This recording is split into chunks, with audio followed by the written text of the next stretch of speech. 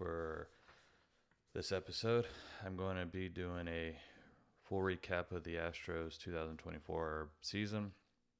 For those that don't know, I'm a big Astros fan. Uh, been a fan since like far back as I can remember. This was before they had their 7-year run of making the LCS. Like I was a fan when they were bad. Like after complete teardown and rebuild. Even before then, like even when they're in the Astrodome, watched them lose 3 straight playoffs series in a row to the Braves in the '90s. So yeah, so with that, as you know, I do not all the time, but I do a breakdown of what I might be consuming, and I am consuming an Oktoberfest from Odell Brewing Company out of Fort Collins, Colorado. It is a Marzen lager. It's a traditional Oktoberfest beer that they do over in Germany. It's rich and malty, very tasty. So if you like Oktoberfest, a traditional style one, I would say go get you one from Odell Brewing Oktoberfest. Can't go wrong with it. And I'll be drinking this nice cold beverage, which for me it won't be strong enough because of how the season went. A lot of frustration, I would say. But you'll hear it in my tone and voice as I go through. Like so I'm gonna try to do a full breakdown of just in general the Astros players and how they ranked, how the Astros ranked each category throughout MLB, and who's leaving or who's free agent, and what to expect, and what the Astros can do to get back. Maybe when I get back, but what next season could look like for them with off season and everything. So with that, here we go. So the Astros went 88-73. They finished first. They clawed their way back to win the division, the American League West. Give them props. I mean, I know early in the season they were 10 games back. Like it looked like this was the year that it was their downfall after going to the LCS 7 years in a row, which is a remarkable feat to do. Like that's unheard of for any sports league to have a team to go to the conference championship 7 years in a row. So that is something to be very, very proud of. With Klong struggling, they got first place. Seattle collapsed. So Astros were able to, clinch the AL West, which they finished with the third best. I won't say third best record. They had the least, or even though they won the division, they had to host a wild card to Detroit, while Cleveland and New York got a bye because they had the better record. So that's why Houston, even though they won the division, they had to play a wild card team, and so they got to host Detroit, which Detroit came out. I mean, they've been a hot team since start of September, like I was discussing on the previous episode. They took care of the Astros. Astros laid practically a goose egg. Sum it up before I get into it. Game 2 of the wild card is exactly how the Astros season has gone all year. So if you want to ask how the season went for the Astros, even though they won the division, look at Game 2 of the wild card with Detroit. That's how the season went. And being at that game was fun. Disappointed in the crowd attendance. To me, I mean, they got in it, but it wasn't until late in the game. And I know it was a day game, and I know it was like, well, we've been in the playoffs 7 years in a row, yada, yada, yada. Still show up, support them. I mean, I think could have been a factor early on, but it's hard to say. It doesn't matter now. They're not in it, and we're sitting at home for the first time in over 7 years to be sitting at home this early in the playoffs since 2016 when they did not make the playoffs. So with that, I'll start with Astros batting, run through there and how they did overall. As far as runs, the team finished 11th overall in MLB with 740. They were third in hits. They were 12th in doubles, 23rd in triples, 10th in home runs, 12th in RBIs. This one, I'll touch base here. So walks, they were 27th in the league in walks, but they were third best in strikeouts for team. Stolen base, 21st. As a team average, they were third best in the league. Yeah, so you can just by the stats of that, a lot of up and down throughout the season. They got hot for a while there, a good 2 month span of just playing really good ball and hitting the ball, but that's just how the Astros have been. They've been up and down the season, very streaky. That's just feels like something needs to change with that. I don't know what they do other than replacing the batting coach, but we look at it, they're third in hits in the MLB. You can't complain about that. Home runs, 10th overall. So considering that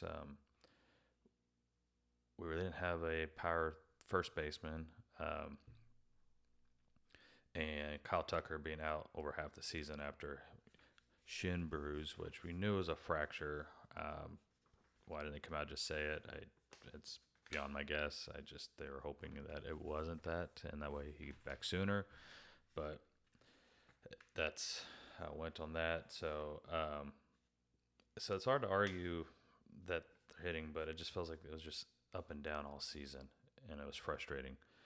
But then looking at walks, I mean, you've got to get on base any way possible, but when you don't walk enough, that plays a factor, and that goes with, if you watch a game throughout the season, just chasing bad pitches, knowing the count, and I get it. I mean, you're trying to put the ball in play when it's a crucial situation, but over trying to just do too much, just get on base any way possible.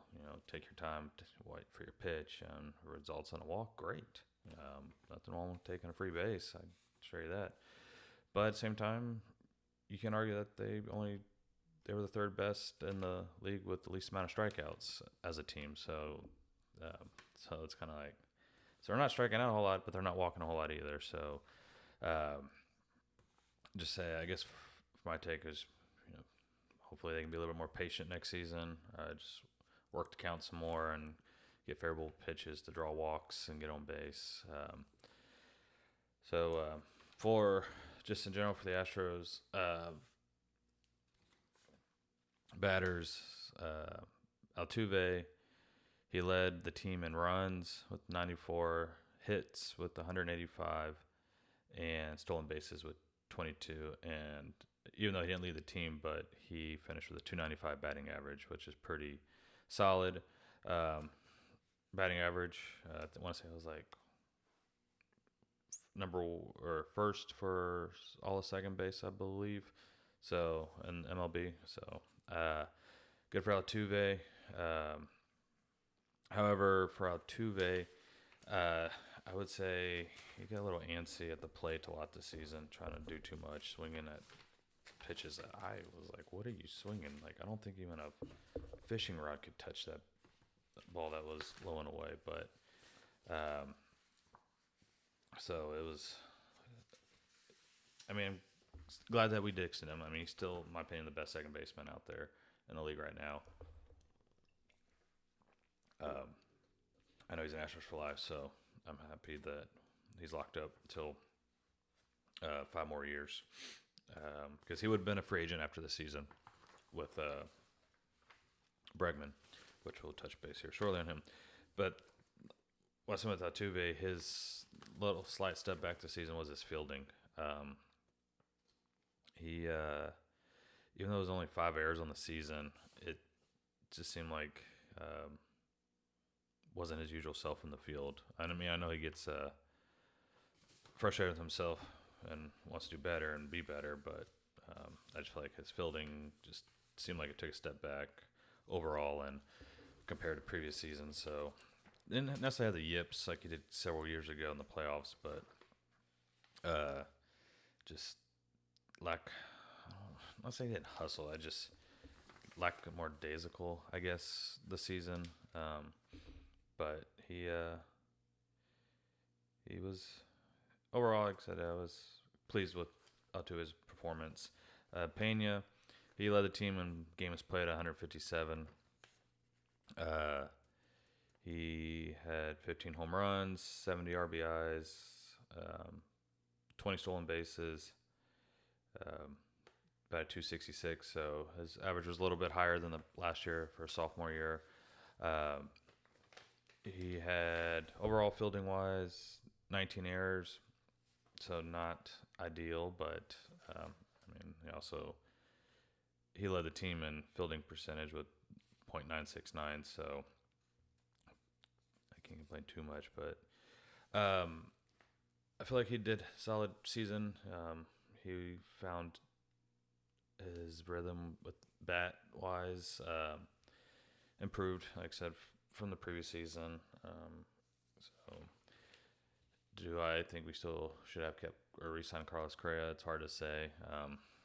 He's doing fine in Minnesota. Happy for him doing there. Do I miss his leadership? Absolutely, but I think Pena overall has done a great job being the shortstop for the past 3 years for the Astros, and I look forward to him being with the Astros at least, hopefully his whole career. At least we have him for 3 more years. That's without any extensions. So we'll see how next year goes for him. Yainer Diaz was solid at the plate as well. 299 batting average. Uh, Shockingly, he was tied for the team for triples. He had 3 triples on the season. He had 16 home runs, which to me I thought he should have was well 16 is still a good amount. I figured he had more, but we'll take he still had pop either way. Like I say, he had 29 doubles, so he he swung the bat well. His walk to strikeout ratio is not solid, so I'd like for him to work on that. And that goes the same with Jeremy Pena. He only had 25 walks to 111 strikeouts, and then Diaz was 24 walks to 107 strikeouts. So both of those could work a little bit more, draw some more walks, get on base, especially for Pena. The dude's got speed, so I'd like for him to get on base, utilize it some more, get some stolen bases, generate some runs throughout the game. Bregman, I know we always dog on him, but he he turned it on earlier than previous seasons. He started off really slow, but he turned it on and was one of the if not the best third baseman this season throughout the league with just at bats and fielding wise. Bregman didn't lead. He did lead one thing. He had the least amount of strikeouts for Astros batters this season, with only striking out 86 times and walking 44 times. So he was patient. So can't complain there. And as far as like fielding, he's up for, I believe, a Gold Glove nomination for third base between him and Josh Rojas at the Seattle Mariners. So hopefully Bregman can get some gold plate this season for defensively wise. So with that, Jordan led the way with 34 doubles and the team with 35 home runs. And then he also led with 86 RBIs. He drew the most walks with 69 and batted 308. I would like to see him. I mean, he played 147 games, so I would like for him at least play some more. He stayed healthy overall, but I know his knee got banged up a little bit throughout the season, so just got to protect the knees. And much we can for Jordan. Um, so with that, and then Jake Myers, um, great defensively, bat wise. I know he came out hot to start the season, but he batting wise was not very strong. Wise, he reminded me a lot of um, the OG Jake, as we call it, Jake the Snake, or his Snake. Great defense guy as well. Just could not put it together at the plate. I mean, he had some big hits here and there, but overall, just not in timely manner. And then as far as like Dubon, he did pretty solid, being a utility guy for the Astros, playing everywhere. Can't complain about Dubon. So I'm glad to still have him, and we'll still have him for next year. John Singleton, man, yeah, props to the guy. I know he was with the Astros back in 2013 or 14 when he got called up. Didn't work out. We let him go. Bounced back, came back, and he filled in for the season due to the lack of production from Jose Abreu, which I'll touch base later. Yes, I know it's like, didn't we have someone before Singleton? We did. We had Jose Abreu, and that was atrocious having that guy to swing the bat. I was not happy with that signing. Again, I'll get touch base with that here in a little bit. As far as so I go with John Singleton. Like I said, he did a good job filling in for the season. But I was reading, I saw something on social media.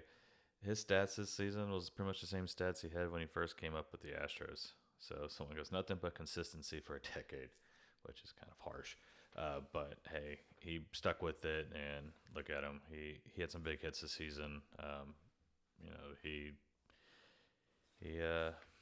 He enjoyed the game playing, and I was happy for him that he was able to get back and play full season up in the bigs again. Kyle Tucker, man, what if could have been for him this season? Came out just on fire to start the season. Playoffs, he's still yet to be found in the playoffs. The dude cannot hit in the playoffs for some reason, but Aaron Judge can't either. So I think he has more strikeouts than percentage than Martin Maldonado, which is saying something. But if Tucker didn't get hurt and was playing at the level he did, I think it's hard to say with the way Judge played the regular season that he would be an MVP, but he would definitely been a top 5 MVP candidate on the season if he was able to stay healthy and not have his shin fracture that when he fouled off the ball back in June, I believe, that when he did that. So, Victor Caratini was a great pickup as for a catcher. He'll be back next season, so production-wise, can't complain really for a guy who catches. With that, that's kind of how the stats for the Astros bats this year. Like I said, their hitting was, I don't know, it's just been very up and down. I don't know if you want to go a different direction with the batting coach. I know they have 2 of them, so we'll see. I don't. Nothing's been announced yet. I don't see a whole lot of staff changing, considering that they did turn it around and got things moving in the right direction. So with that, we'll move to the pitching. Recap real quick on stats wise for Astros pitchers. Looking at stuff here that I jotted down. As a team, the Astros finished 5th in the league with 73 quality starts. For those that don't know what a quality start is if the starting pitcher goes 6 innings, completes 6 full innings, it is a quality start. So the Astros were 5th in the league with 73, which I was shocked when I saw that. I felt like they were in the middle. Because when I was watching the games and following them, I felt like they were going to the bullpen pretty often, but which they still were, but getting 6 innings out of your starter is pretty solid. They were 10th in the league in saves, fourth best, allowing the least amount of hits. Uh, sorry, was that they were sixth best with a team ERA of 3.74. They were 13th in giving up home runs. They were sixth with giving up least amount of walks, and they were third best with strikeouts as a team. So overall pitching stat wise, pretty solid.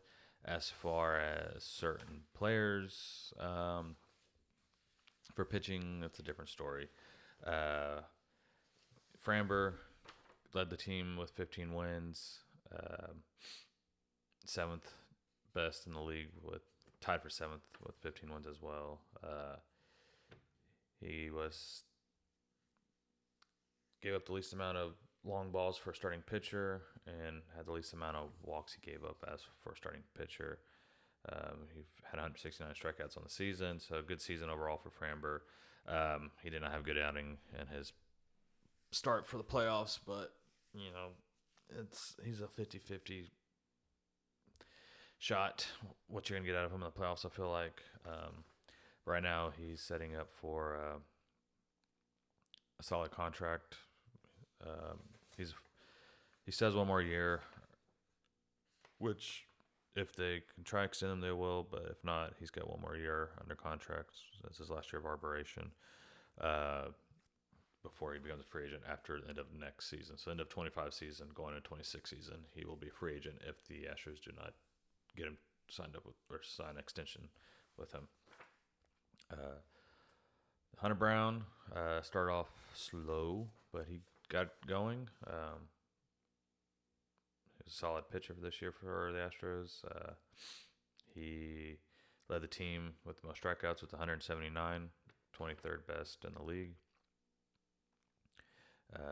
He had the most quality starts on the team with 19, and overall was just a workhorse for the starting pitchers this season. Ronel Blanco filled in great for the Astros this season as well for starting pitching. Then the Astros called up one of their top prospects for pitching, Spencer Arrighetti.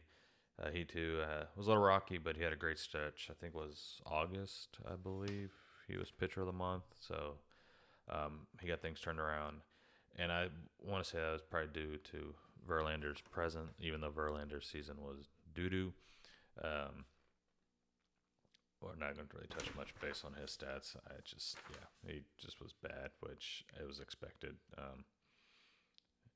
But being Verlander and been in the league for a long time and just going to be a Hall of Famer, he definitely helped these young guys develop their mechanics and pitching. Cucci, they picked him up in the trade deadline from Toronto, which was a solid get. So I cannot fault them for getting him. He definitely carried the Astros the second half of the season with his pitching wise. So in his 10 games that he pitched for the Astros, he went 5-1. I always felt like we lacked run support when he did throw, but he delivered, and I'm not upset with the Astros trade to get him. So I would like for them to potentially re-sign him when I touch base on who all of the free agents here shortly as well. So now going to relief pitching. Abreu start off rough the season, got it together, and then kind of struggled near the end, I felt. But he's one of the more consistent relief pitchers right now before his arm falls off, just because I felt like he's being used a ton. Looks like he had 78 appearances, which was the most for relief pitchers for the Astros this season. So rest that arm this offseason. Abreu, we're going to need it for next season.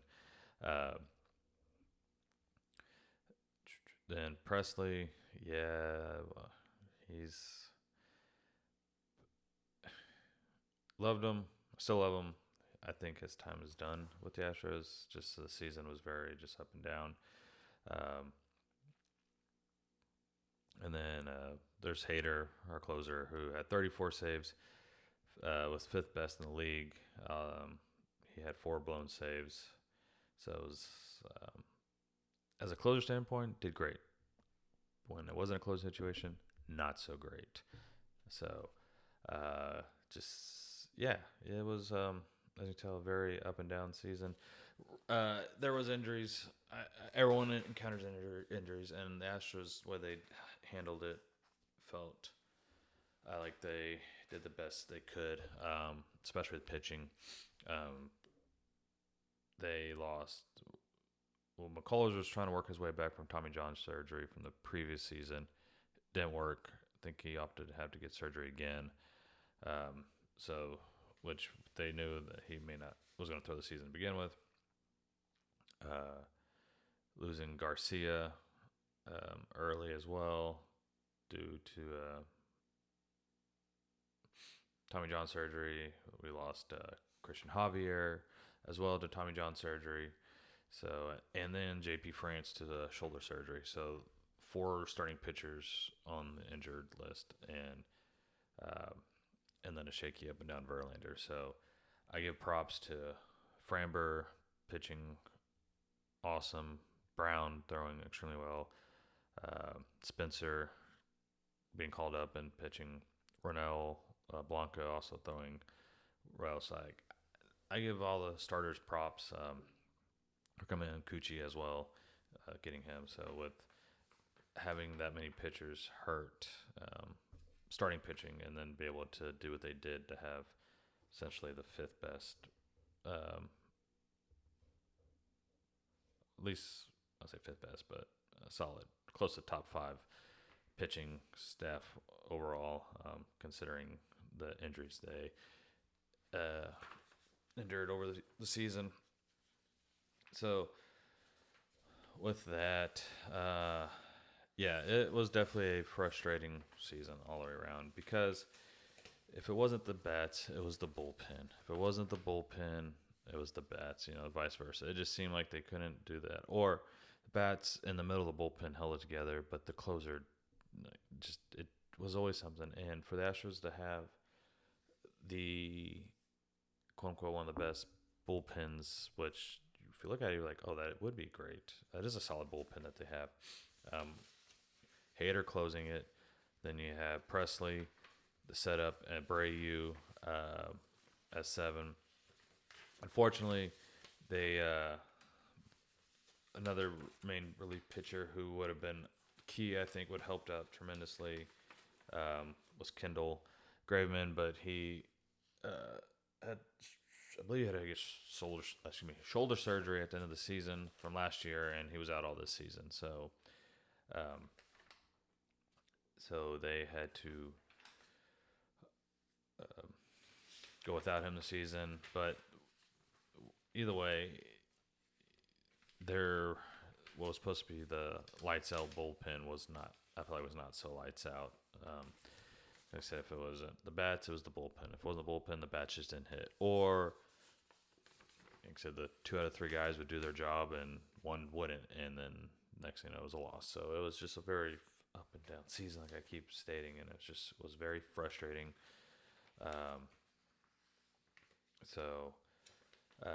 As far as like the season, I would say I would give them a B overall. Just and that goes for managing. That goes for all the players. Just I would grade them a B overall. Just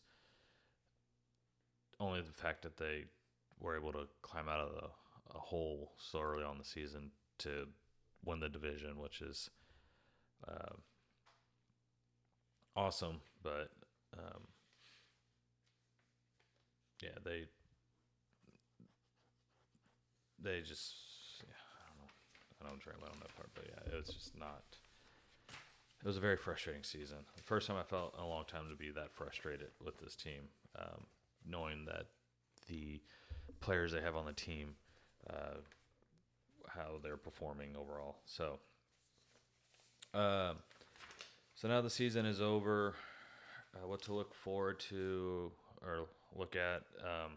So everyone that's a free agent now is Verlander, Bregman, Presley. I know he's not technically free agent because his vesting option kicked in because I think he hit X amount of innings pitched or appearances, whatever it was. I don't know. So his option for next season kicks in at 14 million. However, there's a 2 million buyout. So I'm not saying the Astros are going to do this, but they can if they want to save some money by buying him out and either restructuring it for less or working something else out with him. They might do that. Um, so we'll see there. Kendall Graveman, everyone's like, well, they gave up a lot for Kendall from the White Sox. We gave up a catcher. He didn't do all that great this year, guys, so don't look too much into it that you're upset that they got rid of. Sorry, I'll pull it up right now. But so he's a free agent. Astros picked up Jason Hayward during the last month of the season after the Dodgers designated him for assignment. He filled in great. He's a great defensive guy as well. He had some key hits during the regular last month of the season. So he's a free agent. I would look. We'll see if I don't see the Astros re-signing him. They might, but we will.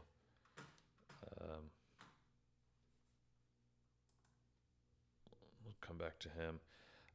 Caleb Ferguson, Astros got him from the Yankees. I think they gave up like a prospect, or not a prospect. Well, yes, a guy to be named later. So we'll see. I don't think he'll be back, to be honest. Corey Lee, sorry. Yeah, Astros gave up Corey Lee to get Graveman, which at the time made sense. We needed bullpen last year help. Stinks that his arm had an injury to his arm. There's not much you can do about it. Ben Gamel, same thing. Astros picked him up, needed help. Now I feel due to, like I said, I just needed some players because of Chas McCormick. I know I didn't talk about it earlier. He was hurt majority of the season. He did not have a good year overall, so hopefully he can clear his head, come back, bounce back next year. And then Hector Neris Astros also picked him up after the Cubs released him due to not wanting his next contract to kick in next year for getting close to innings pitched or appearances, one of the two. So, and then the other key free agent is Cucci. UC Cucci, who they traded for from Toronto, which people are like, why did we give up so much for him? Yada, yada, yada.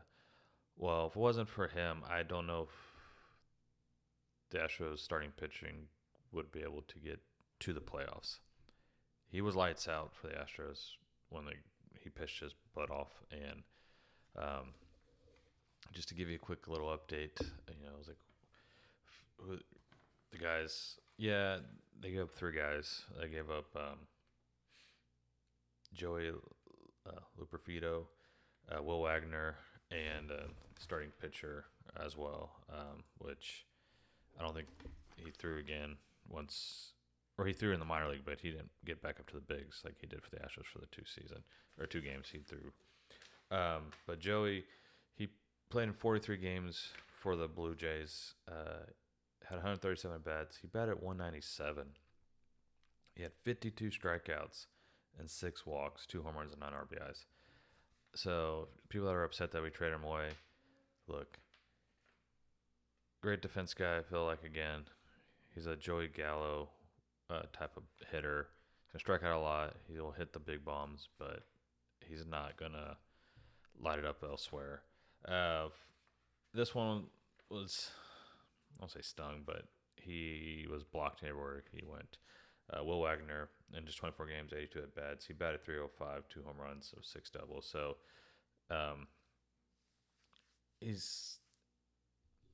would be nice to have, but I think in the end he would just been a utility guy coming off the bench for the Astros. So he was blocked with everywhere to have an everyday position. So you got to do what you got to do when you're in a situation to win, and that's what the Astros did and Dana Brown did to get Coochie, and I don't fault him for that.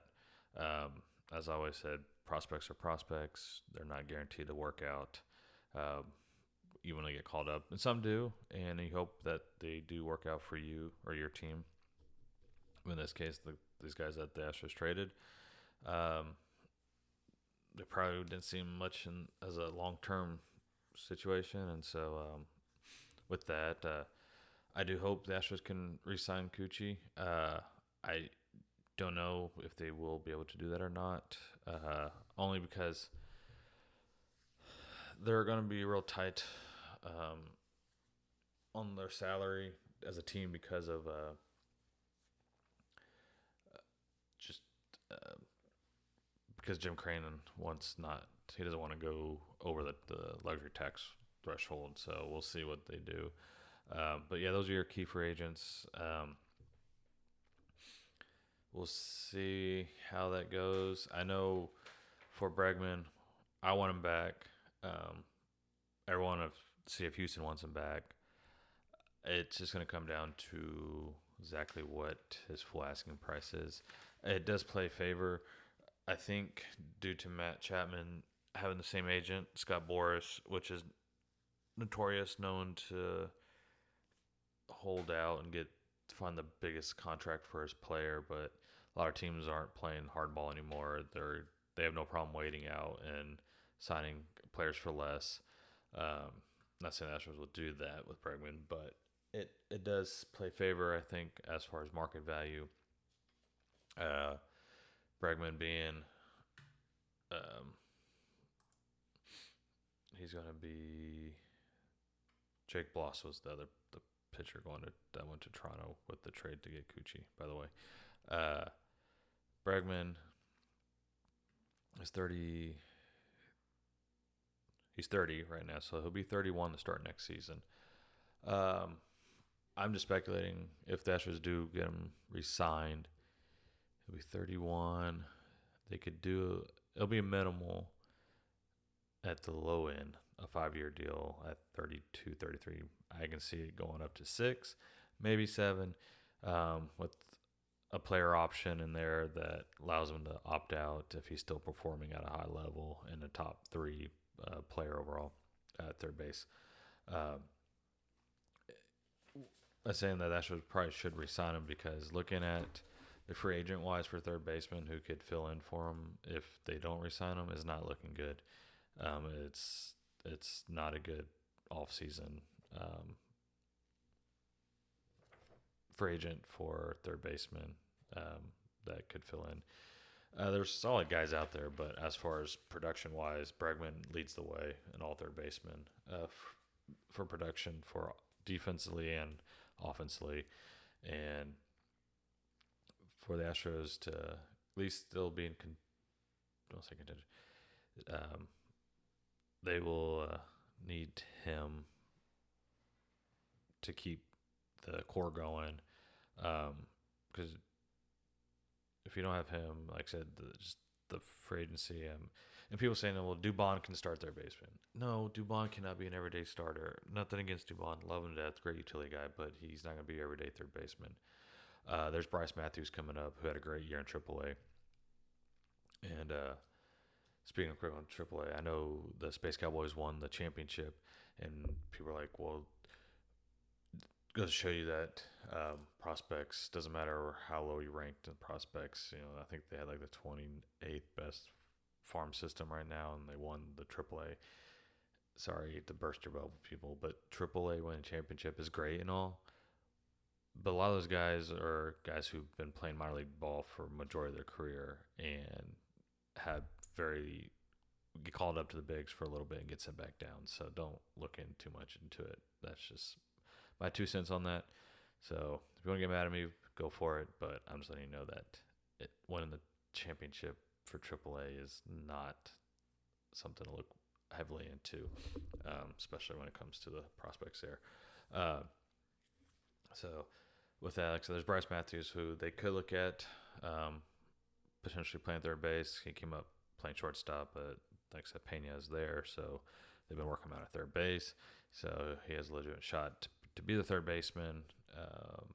He may not start off at third base at the beginning of the season next year, but could be called up in June whenever, if he is doing well. And so, um, so yeah, I want them to resign Bregman just for his leadership. He's well liked, so hopefully they can work a deal out with him. Uh, as other, like I said, for outfielder wise, for agency, like we lost, like I said, no one big that, but they do need to figure out something for outfield. Uh, they'll have Tucker. They need to get him extended.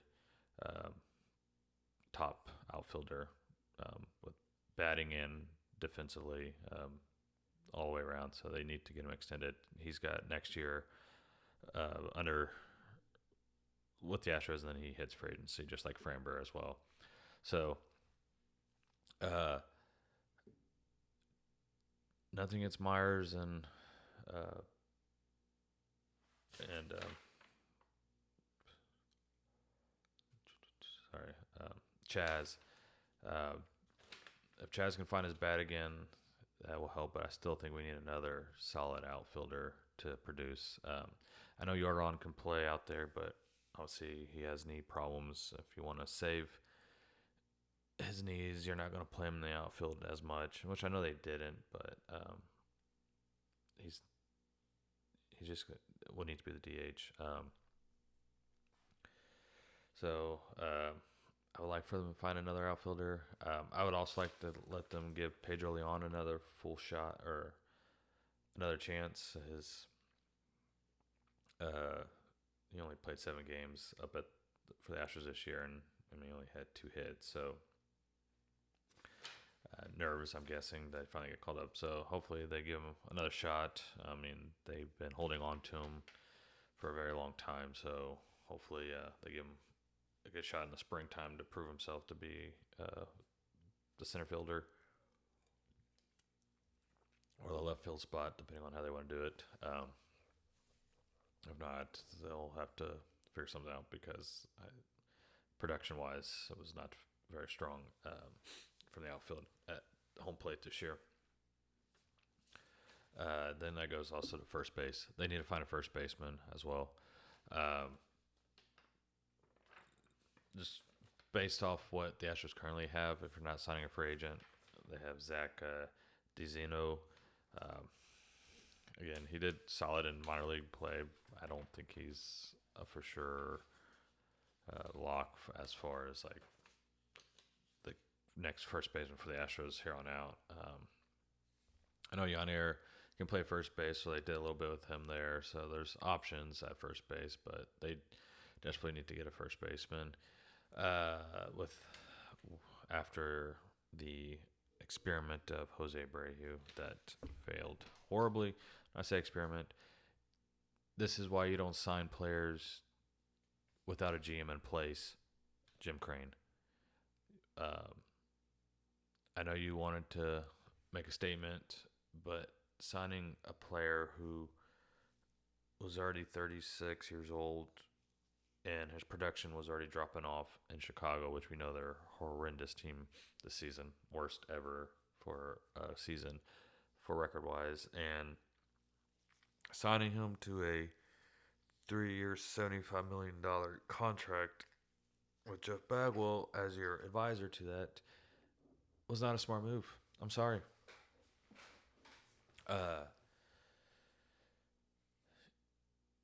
Obviously, it didn't work out because they designated him for assignment, and now he gets to sit at home and collect a cool $19.5 million next season to sit at home.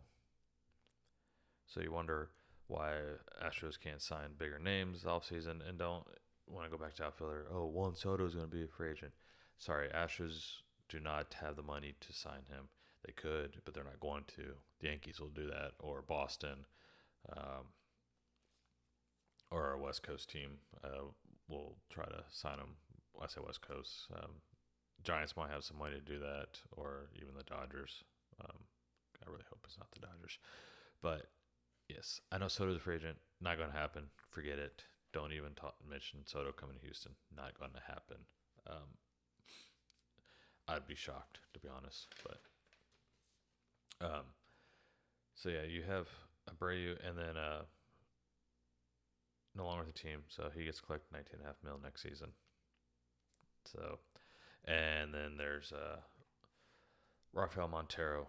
Yes, I know. They go about Rafael. Well, same with him. That was a Jim Crane and Bagwell signing. He had one good season, which played to his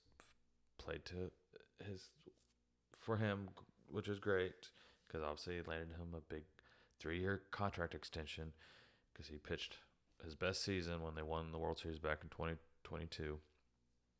So they rewarded him with a 3-year extension contract at $34 million or something like that. And I was shaking my head. Why?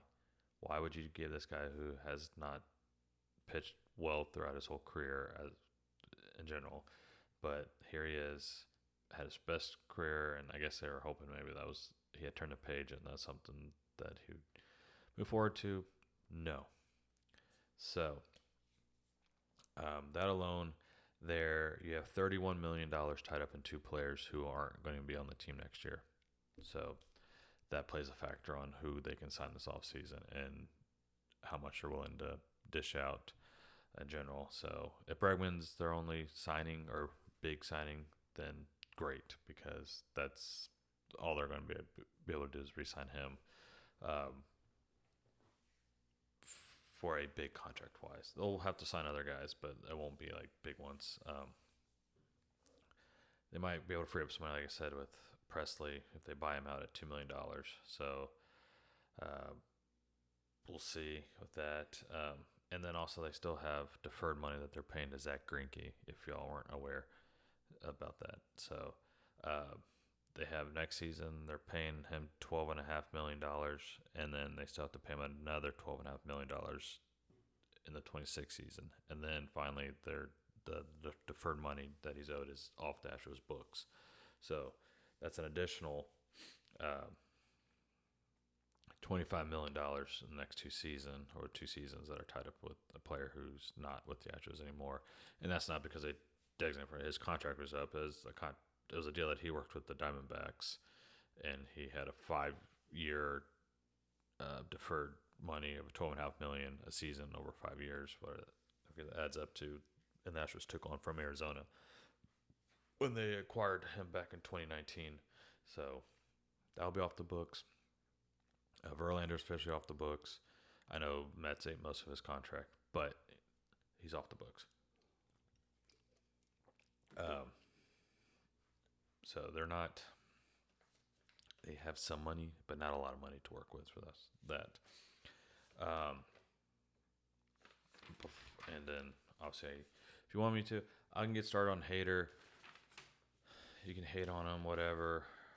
A good buddy of mine was not thrilled with the signing. I mean, $95 million for 5 years is a lot of money. That is 19 mil a season for a closer, which he is a top 5 closer, but this season did not show that. Yes, when it was a save situation, he was lights out, had 34 saves. When it wasn't, if it was just a throw him out there and throw in a while, I'm not taking, that's one thing, but crucial close games, and a perfect example when I was at the game for the game 2 of the wild card against Detroit, Presley came in. That was a perfect example of a Presley outing this season. Never clean. It just was. If it wasn't one pitcher, it was another pitcher, as I was stating earlier. But Hader coming in crucial situations like that and walking the batter to make the bases loaded, and then giving up a bases clearing double. I'm sorry. It's frustrating when you hand out $19 million a season and that's what happens. I mean, I know you can't be perfect every time. I get that. But it is very frustrating when you're supposed to be the top relief pitcher and you do that. So yeah, they have holes to fill. we'll see what they do with general because they have money tied up and players, like I said, who no longer are on the team or whatever. So that does play a factor for sure. Because I know Crane doesn't want to necessarily have to pay the the tax threshold, luxury tax for going over. Um, so, uh, but given that um, potentially for batting wise, you still have Altuve, Jordan, Tucker, Yanier, Victor Caratini, and then Pena, then McCormick and Myers in center field. Third base, like I said, there's Zach DeZino, and then like I said, Diaz could be playing catch or first base. Victor Caratini can do the same, DH catcher. I know they have Zach for first. So, um, with that being said, Astros run. Y'all can get mad at me for the diehard fans who go to every game and do all it. I thought I'm just being realistic here. The run is over. I'm gonna be straight clear. The run is over. Like I said, 7 years of straight ALCS, phenomenal feat to do, but the run is over. Um, Not that they're gonna be bad. Just the run is over. So expect next season to be a lot like this season. I feel like. I think I could be wrong, and that's fine. I hope I'm wrong, but I do feel as if they it's the run is over for now. It doesn't won't be going through Houston for a couple years. They need to replenish the farm system, get some key prospects back in play, people to build up. I know Dana Brown's trying to do that. It's just I don't know. Uh, it's hard to say if Dana can do what he wants to do with the way Jim likes being involved now. So we'll see. But yeah, the run is over. And yeah, it's frustrating. People like, it's not, well, it's like their dynasty. I was like, to be fair, a dynasty is winning 3 championships in a 10-year span. They won 2. And people said, well, 2017 doesn't count, can go pound some sand because, yeah, they did cheat during the regular season. But playoffs, as I believe, then no evidence of that happening. And they won game 7 in LA. So, yeah, it counts. Unlike LA's Mickey Ball championship in the COVID year, playing 60 regular season games and then playoffs. I'm sorry. That's no. Because right now, I mean, what I say now, they're down 2-1 of the Padres right now in the divisional round. And they have not, I don't think they've been able to get out of the divisional round the past couple seasons. If they did, so yeah, they've won 2 championships, the Astros. Yes, going to LCS 7 years in a row is great. But to be considered a dynasty, you have to win 3 championships. And they won 2, which is awesome. I'm proud of those 2.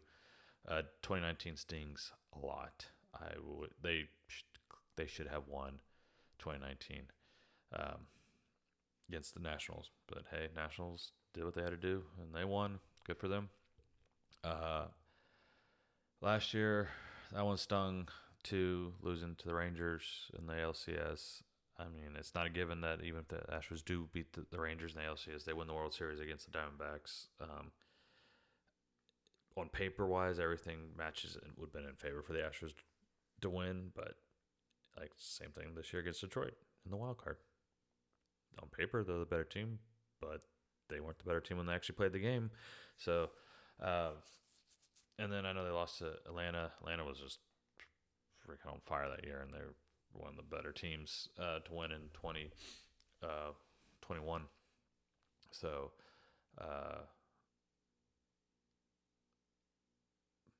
we just yeah. So they're not gonna be the worst team. They're not going to fall off to be to where you get free tickets for every home game from free promotions because they just want people in the seats. They're not going to be that bad. I can tell you that right now. But they might be a little down, as again, like I said, the record might be a lot like this season or 500 ball, slightly above 500 ball. Just I feel like that's just how it's going to be for the next couple seasons for them. So, we'll again.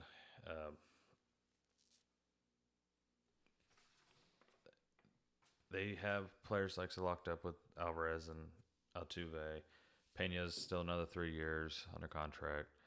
Uh, Tucker, they need to extend him. They'll probably work on getting him extended along with Framber. As far as other starting pitchers, let me go on a quick speed here. People feel like McCullers is going to be back and be lights out. I'm sorry. The dude has been a key player. Don't get me wrong, vocal in the clubhouse, but his arm's dead. Like, I'm sorry, his arm. And I do wish he bounces back and is solid, but I just don't know if he'll be able. I don't know. If we'll have to see. I just don't think he's going to be able to come back. If he does, it's going to be a relief role. And that's $17.5 million out of the bullpen as well. But hey, we're already paying a $19 million guy to do that, and what's another $17.5 million to do that? So, but that's fine. He can go throw 23 straight curveballs out of the bullpen. I'll take that, and if it gets outs, it gets outs. I'm not going to complain. So, yeah, as far as starting pitching next year, you'll have Framber, Brown, and McCullers. If he is ready to go, he might start out, but I don't see it working out. Ronel Garcia, I don't know what his situation was coming back from Tommy John as well. So I do think it's important to re-sign Cucci to help with the starting pitching. I know you have Spencer Arrighetti, and it's a good situation because you do have a lot of guys who were hurt this season for starting pitching wise that are coming back.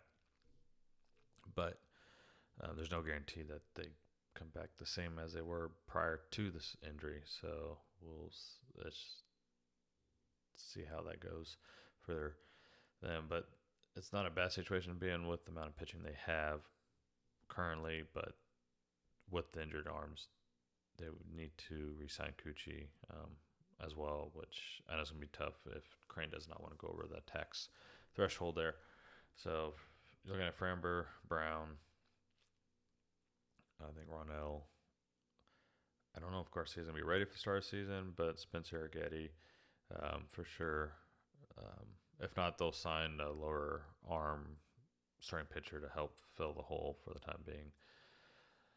So, as for lead pitchers, like I said, we have Hader, we have Brian Abreu. I guess one person I should touch base on, who I think is MVP out of the bullpen for the Astros bullpen this season. I thought he did a phenomenal job throwing. Exceeded way more than expectation than I thought he would have, and that was Taylor Scott. That dude pitched awesome out of the bullpen this year, and I hope that continues for him for next season as well. So we'll see how that he does. But yeah, as far as bullpen, Hector Neris is a free agent. Actually, they picked him up after Cubs released him. I don't know if the Astros intend to re-sign him or not. They do have arms, like I said, coming back from injuries that can fill in those holes as well. Just a lot of up and down guys throughout the season too. So I wish they can find them people that can be more permanent situation and not do this up and down, calling players up and down constantly. Do it as if you need to fill if someone's hurt is one thing, but up and down just to find someone to catch.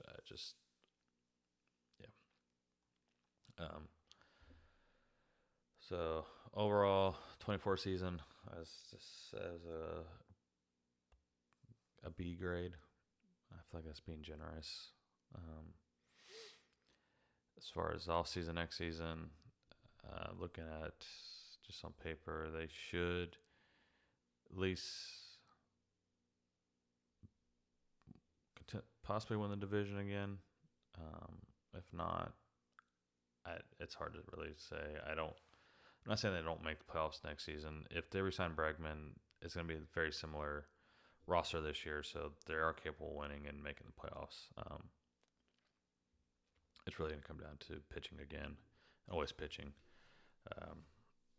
So they'll have to figure out that because honestly, I think there's some players that just need to move on. And I know they're a lot of fan favorites, but it's time to move on some of these older arms and freshen up the bullpen a little bit with some of the stars that we have right now. I know Verlander's done. He's been great, but he's not back. If he's back, that's because I know him and Crane are buddies, and that would be the reason why he's back is because Crane told Brown to make it happen. But I don't see it happening. I think he signs his 1-year deal with Detroit and says this is it for me, whether Detroit makes a push for the playoffs again or not. But I think he signs with Detroit and says he's done after that, and he'll be on his way. So as far as everyone else, the Astros, if they had a down year, hope they bounce back. But again, it's just time to find some better options in certain positions overall. And so at that, I will let y'all go. Thanks for listening to my rant and spew of the Astros 24 season. They for what they could have been, was not. Was it bad? No. But was it good? Not really. It was mediocre in the end. Below par for what could have been. Not saying win the World Series, but another run. But that's done.